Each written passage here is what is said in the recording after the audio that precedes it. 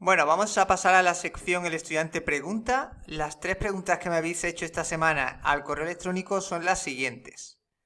La primera ¿es buena idea estudiar un ciclo formativo en la modalidad online?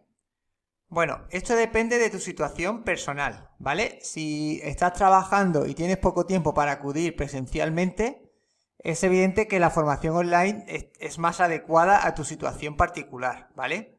Ahora, a igualdad de condiciones, esto es que no estés trabajando y puedas ir a un curso, a un centro presencialmente, pues tienes que ver si eres una persona que te adaptas bien a estudiar en grupo o si estás acostumbrado a estudiar por tu cuenta y a organizarte, ¿vale? Entonces, normalmente la formación presencial te da como ventaja respecto a la online en que sobre todo te van a ayudar a organizarte.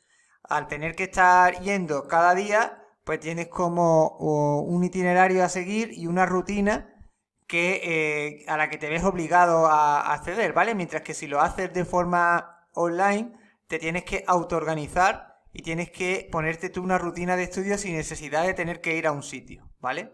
Entonces todo esto va a depender un poco de cómo tú seas y de la situación personal que tengas, y si estás trabajando o no estás trabajando, ¿vale? ¿Es caro hacer un ciclo formativo por privado? Bueno, los precios que hay sobre los ciclos formativos varían en función del tipo de ciclo formativo que hagas. Si es muy técnico, por ejemplo, un ciclo formativo dentro de la rama de sanidad suele ser más caro que si es menos técnico. Por ejemplo, un ciclo formativo de marketing o de administración y finanzas suele ser más económicos, ¿vale? Además, normalmente te dan facilidades de pago a la hora de comprarlos. Es decir, no tienes por qué pagar todo el curso del tirón, sino que lo puedes hacer mensualmente. Y digamos que este mercado ha evolucionado bastante a lo largo de esta última década. Entonces, en caso de que tengáis que hacerlo por privado, no os asustéis porque hay algunos ciclos formativos que no son tan caros como lo eran antes. Entonces, lo ideal es informaros sobre qué centros son los que ofertan estos ciclos formativos por privado y qué tipo de tarifas tienen, ¿vale? Es decir, que yo no descartaría la opción de hacerlo por privado por el precio, porque ya hay muchísima más competencia de la que había antes y han bajado bastante los precios. Aunque eso, como digo, depende también de la comunidad autónoma en la que lo vayas a hacer. ¿Se puede compatibilizar la preparación para la prueba libre y el trabajo? Bueno, esta pregunta me la suelen hacer bastante, y es que hay alumnos que tienen trabajos y tienen que compaginar su vida laboral con la preparación para la prueba libre, ¿vale? Entonces lo que voy a hacer es que voy a detallar en una serie de consejos cómo se puede compatibilizar el trabajo con la preparación, ¿vale? Bueno, vamos a ir viéndolo uno a uno. Bueno, lo primero que hay que hacer cuando se está trabajando y hay que preparar una prueba libre al final del curso es lo siguiente. Organiza el plan de estudio semanal cada domingo. Es decir, cuando empieza tu semana, tú tienes que saber los días que te toca estudiar, los días que no te toca estudiar y lo que tienes que estudiar cada día, ¿vale? ¿Cómo se organiza el plan de estudio? Pues coges los domingos, por ejemplo, por la tarde y te diseñas lo que vas a hacer cada día de la semana siguiente, ¿vale? Para tú saber cada día qué es lo que te toca, ¿vale?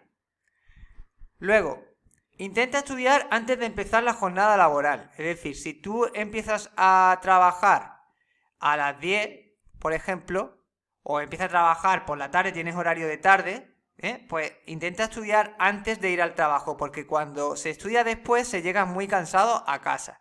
Y normalmente es muy complicado tener la motivación y la capacidad suficiente de ponerse a estudiar después de una larga jornada laboral, ¿vale? En la que ya tenemos, digamos, nuestro cerebro bastante desgastado, ¿eh? Entonces, si podéis estudiar antes, si os lo podéis permitir, intentar poneros en el plan de estudio la jornada de estudio antes del trabajo. Si no, pues tenéis que hacerlo inevitablemente después del trabajo, ¿vale?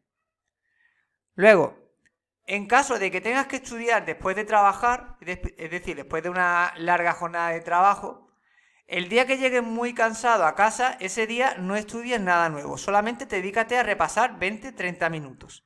¿Por qué? Porque seguramente te vas a frustrar, no vas a poder conseguir ponerte a estudiar y a la larga te va a desgastar de forma que vas a abandonar el estudio y vas, digamos, a dedicarte solamente a trabajar, que es lo que te da de comer, ¿entiendes? Entonces, si llegas muy cansado, no te sientas mal solo por ponerte a repasar. Tú tienes que tener contemplado cuáles son los días que terminas más cansado y esos días solamente ponte un estudio de entre 20 y 30 minutos para repasar lo que ya has estudiado en las jornadas anteriores, ¿vale? Con el objetivo de que no se te olvide, de que no se te vaya olvidando esos contenidos, ¿vale? Entonces, este punto número 3 es importante que lo sigáis.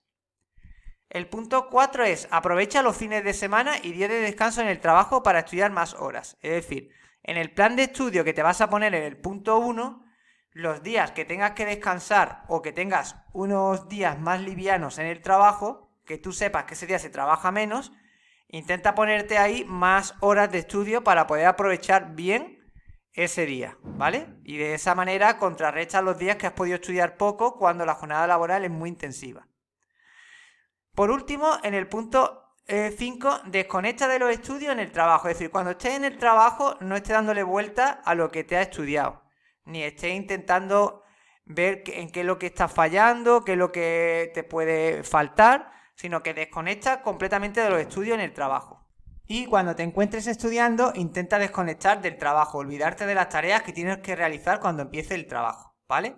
Esto es así porque muchas veces no hacemos ni una cosa ni la otra, porque tenemos nuestra atención desviada y esto hace que no podamos sacar la máxima, lo que es el máximo rendimiento al tiempo de estudio o de trabajo, ¿vale?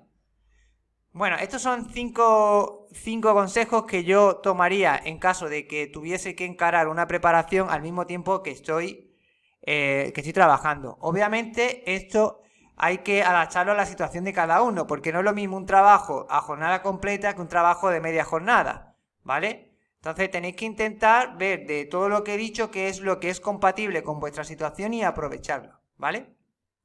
Bueno, espero que sea de utilidad todo lo que hemos hablado y continuamos.